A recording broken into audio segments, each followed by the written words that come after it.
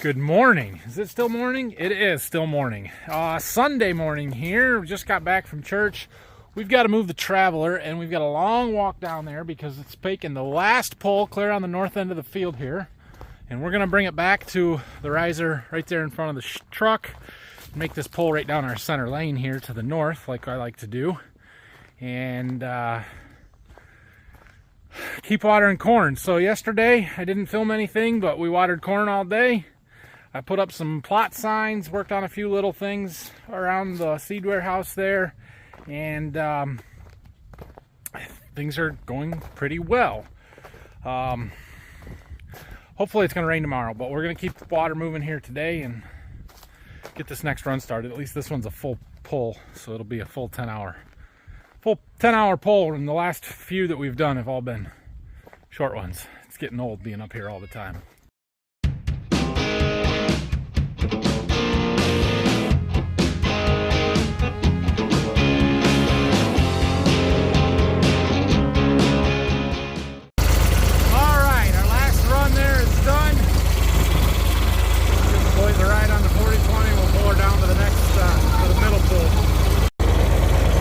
Got some beautiful corn up here. It looks really, really good. I think we're getting close to a week away from tassel now.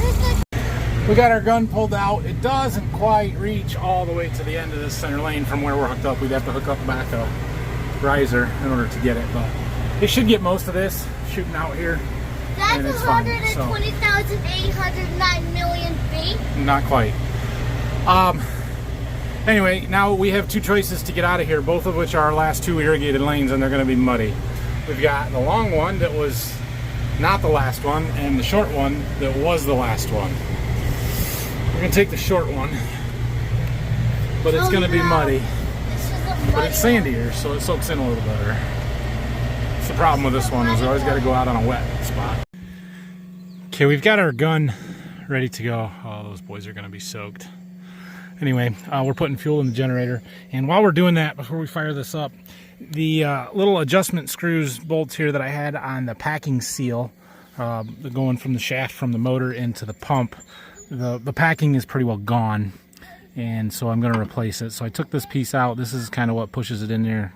You can kind of see here what's left of the old packing, but I've got some new stuff in this bag here. I'll show you when we get it out. So this is what we've got. It's, I don't know if it's cotton cord, nylon cord, but it feels like it's like graphite coated or impregnated, something to give it some slipperiness. So we just got to cut the right length of that off of there, kind of stuff it in the groove in there that you can't really see, but there's nothing I can do to get in there. And then we put this in there, and it pushes it in, and we use these nuts to kind of tighten it up as needed, as it wears. All right, so now we've got that back together, and there's lots of adjustment in there. We might have to tighten it down here as we start it up a little bit. Our fuel's done. We've got a moat here. So let's get it fired up. We're gonna give it a minute, let it come up to pressure, and we'll see how bad it's dripping there and if we need to tighten it up or not. Quick look at the riverside. Everything looks good here. Haven't really had any more trouble with it plugging up or debris on our screen since the river started running really clear. So that's good. Thistle got me. It's not dripping at all yet, but we're not up to pressure either.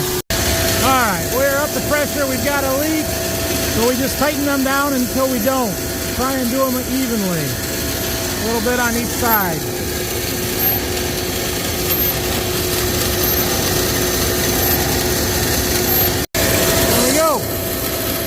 Slow drip.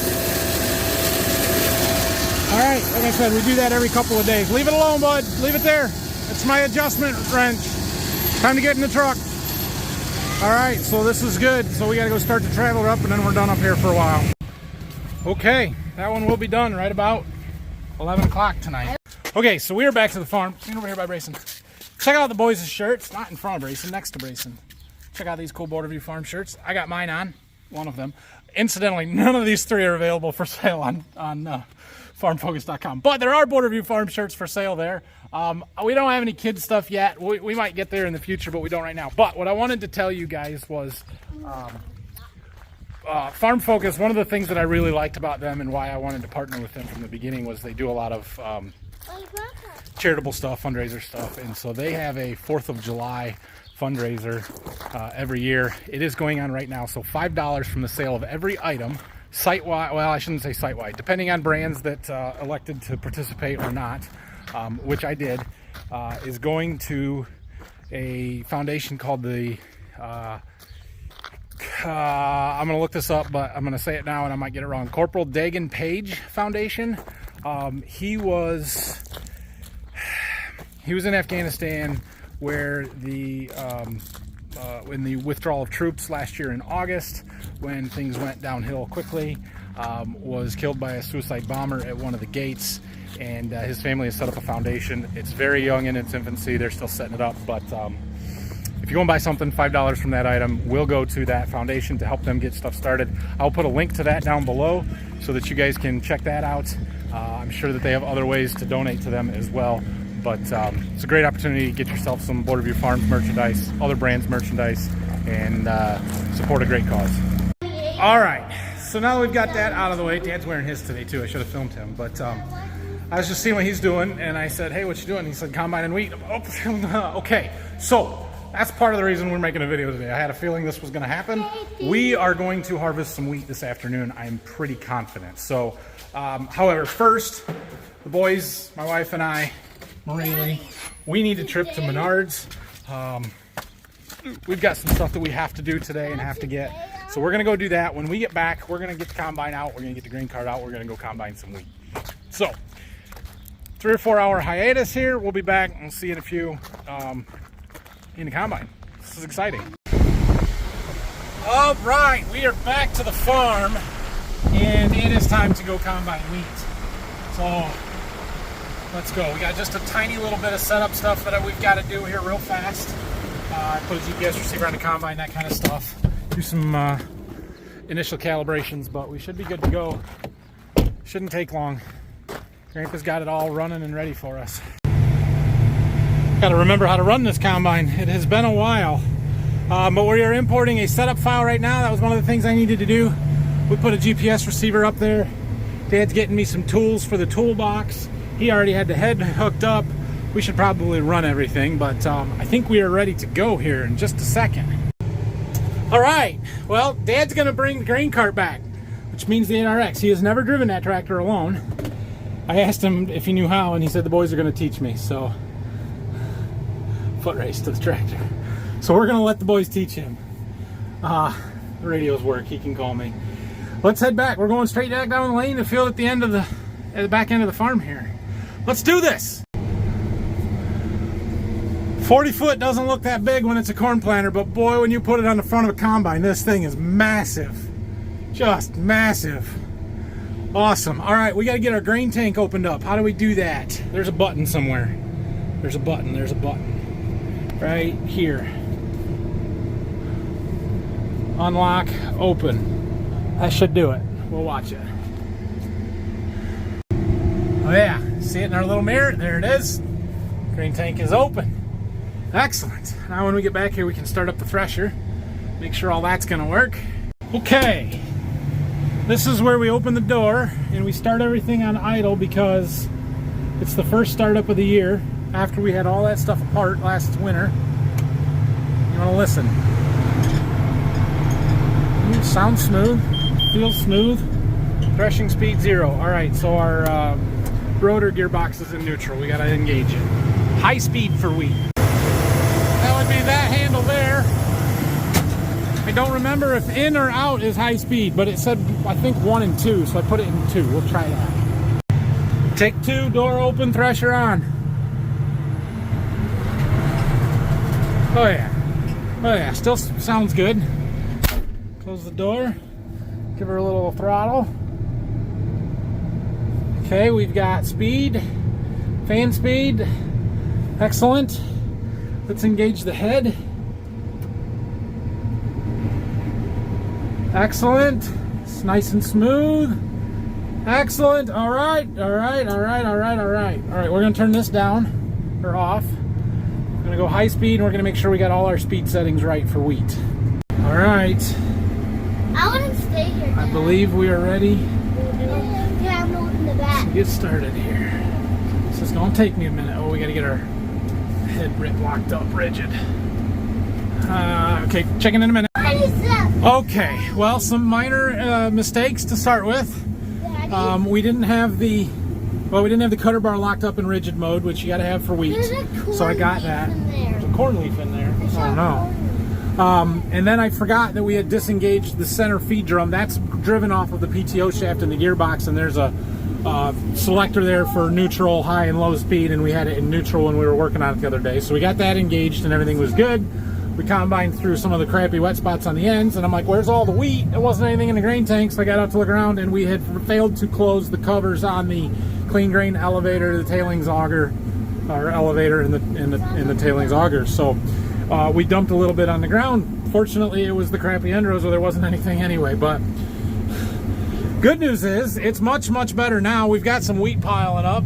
It says it's about 16% and 120 bushel right in here. I don't trust that at all at the moment, but it's a pretty good start.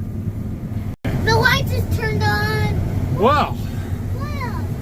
we're gonna have to get out and verify our loss and make sure everything's as good as it seems, but our monitor shows very little loss. Everything seems to be working really well, which with a new combine it should, but you gotta verify. It's just, that's a bit of a relief here. So we're gonna get some end rows off here, and then I'm gonna guess Dad's gonna take over in the combine, and we'll jump in the grain cart, which I have an 8RX pulling a Brent 1196 grain cart on tracks. Yeah, I don't mind running that at all.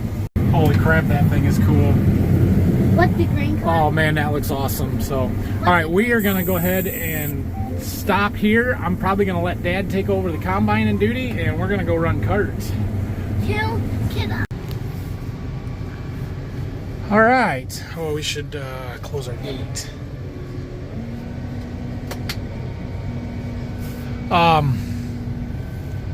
I checked the windrow while I was out of the combine there. We're throwing plenty of kernels through. So we gotta make some adjustments, but you know that's gonna happen. It's the first time we ever combine wheat with this combine. I have no idea where we're starting from. We just gotta start somewhere. So I'm gonna walk Dad through some adjustments, and we'll get her moving. All right, well, we got another round done here. Dad's in the combine.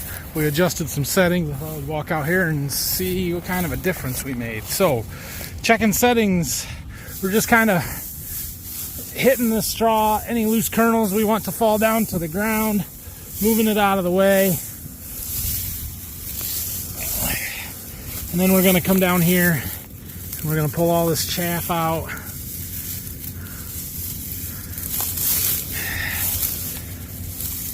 And then we're gonna blow. And there's still a lot of kernels.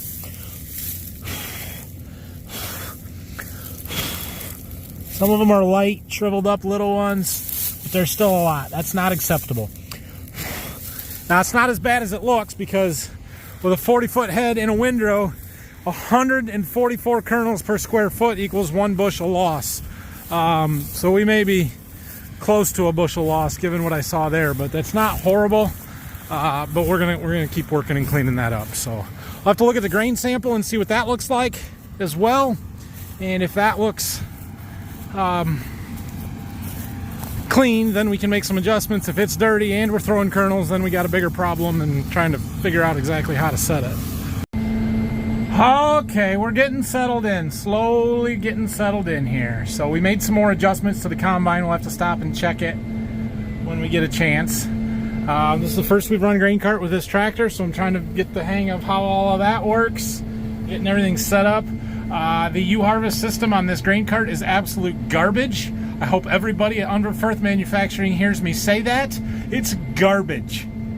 I've unloaded one load. I had everything all set up on the display, and it did not record it, and I hate it.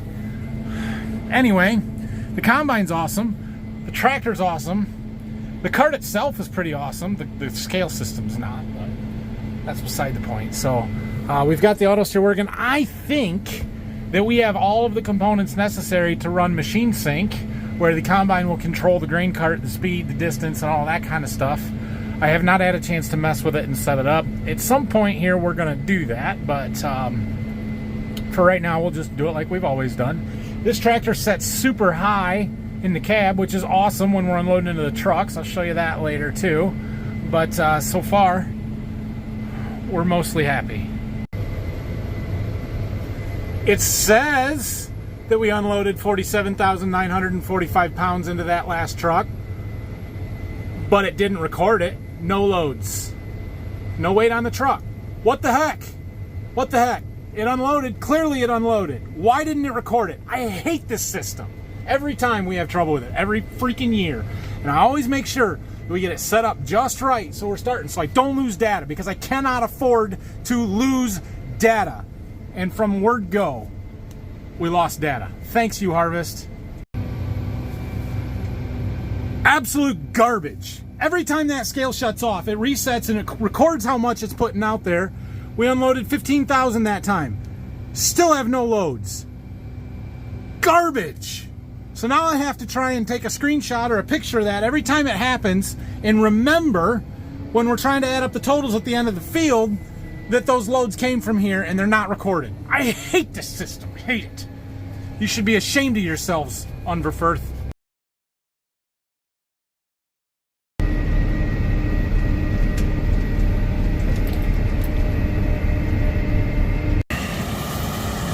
Jump out of the tractor here so we can take a look, watch the combine go by, and check his windrow behind him and film, because it's friggin' awesome.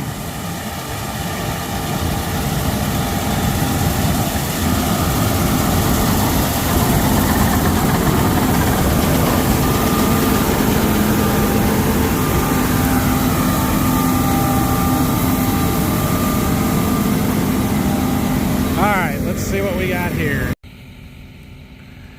It still feels like a lot, but I don't think it's as bad as I think. So these rows are 10 inches apart. So if we go like, what, 14 inches in length, that'd be a square foot. I don't think there's 144 there. I don't think we're losing a bushel. I think we're losing about half to 3/4 of a bushel, which is acceptable. It just looks really bad. So we'll keep tweaking. But I don't think he's too bad. Just hopefully we've got a decent grain sample, which hasn't looked too bad to me, but I don't know. If Dad's happy with it, I'm happy with it. I tend to be pickier than he is and get out and check a whole lot more than he does. I'm sure you have noticed we are windrowing the straw. We do have a neighbor that bales the straw, not us. A friend of mine that actually used to work for us full-time, and then he bought our straw equipment and started doing that full-time. So he bales a lot of hay around here and does all of our straw, and quite a bit for some neighbors and stuff too. So he will come in and bale this hopefully tomorrow. There's chances of rain tomorrow evening and night all the way through Thursday, and I will plant double crop beans in here with the hope that we get some rain over the next 3 or 4 days. So we'll see. Hopefully they can get the straw baled off tomorrow and we can plant some beans tomorrow afternoon. That would be ideal. I don't have any beans, so we gotta remedy that situation if that's going to be the case. And tomorrow is 4th of July. It's a holiday, so maybe difficult to do, but we'll see. We're full. I know those aren't Larson kind of numbers, but I got a baby cart compared to theirs. Put 60,000 pounds on here, you're full. Waiting on trucks.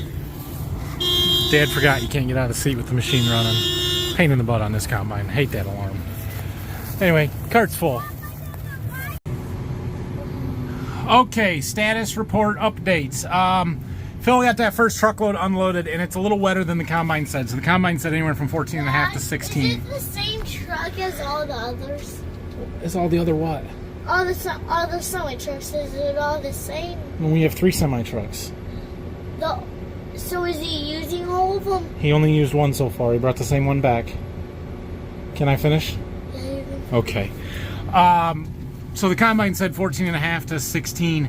The first load tested 17.5 and 18%, which is just a little bit wet. So we're going to load the dryer up. We probably should just keep combining and run it through the dryer, but I think we're going to shut her down for today, maybe try again tomorrow. Phil seems to think that it's too wet to do anything with, and it's just wet. And all right, fine. Which is, he's right. And it's going to be worse once we get on the north side because there's replant stuff in there. So we're going to just run this up. I didn't know how to make this thing go fast now. I know. We're just going to run this up to the farm. Phil's taking the second full truckload back, so we got enough for the dryer. Dad's just going to drive up to the other end of the field. We'll probably give him a ride up from there. So we picked up a rider. A few weeks ago, Rylan smashed his thumb really bad. Turned it all black and blue, and now his nail's falling off, and he caught it on something in the combine. So we got to go up to the house and have Grandma do surgery. You think? Maybe. I don't bet. want to be cut it off anyway. Yeah, I think Grandma will fix you up. We just got to trim the dead part off. This part? That part.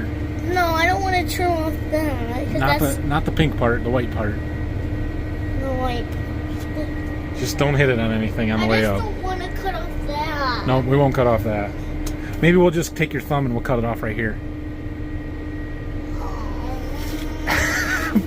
I'm teasing you, bud. You think I would do that to you? No, please don't. Very, very early uncalibrated reports from the combine yield monitor are excellent. But again, this is the best wheat that we've got, and the rest of it all has thin spots. So where there's wheat, it's really good. We're well north of 100 bushel average right now, but the moisture's not right, and that's not all that good. So we'll see. We gotta do some calibration, give the combine time to self-calibrate, because it'll do that. And we'll figure it out, but it's good. All right, well, we're done combining for the night. I don't know if we'll go again tomorrow or not. We gotta let the wheat dry down a little bit. But I checked on my Farm HQ system on the Traveler, and my pressure at the pump is down to 125. Should be closer to 165. My river screen's getting plugged up, so we're gonna go fix that real quick. All right. I've gotten it cleaned off. I know I've gotten a few comments about putting a rotary screen on there, putting a box on it, but guys, I'm dealing with like 12 inches of water here.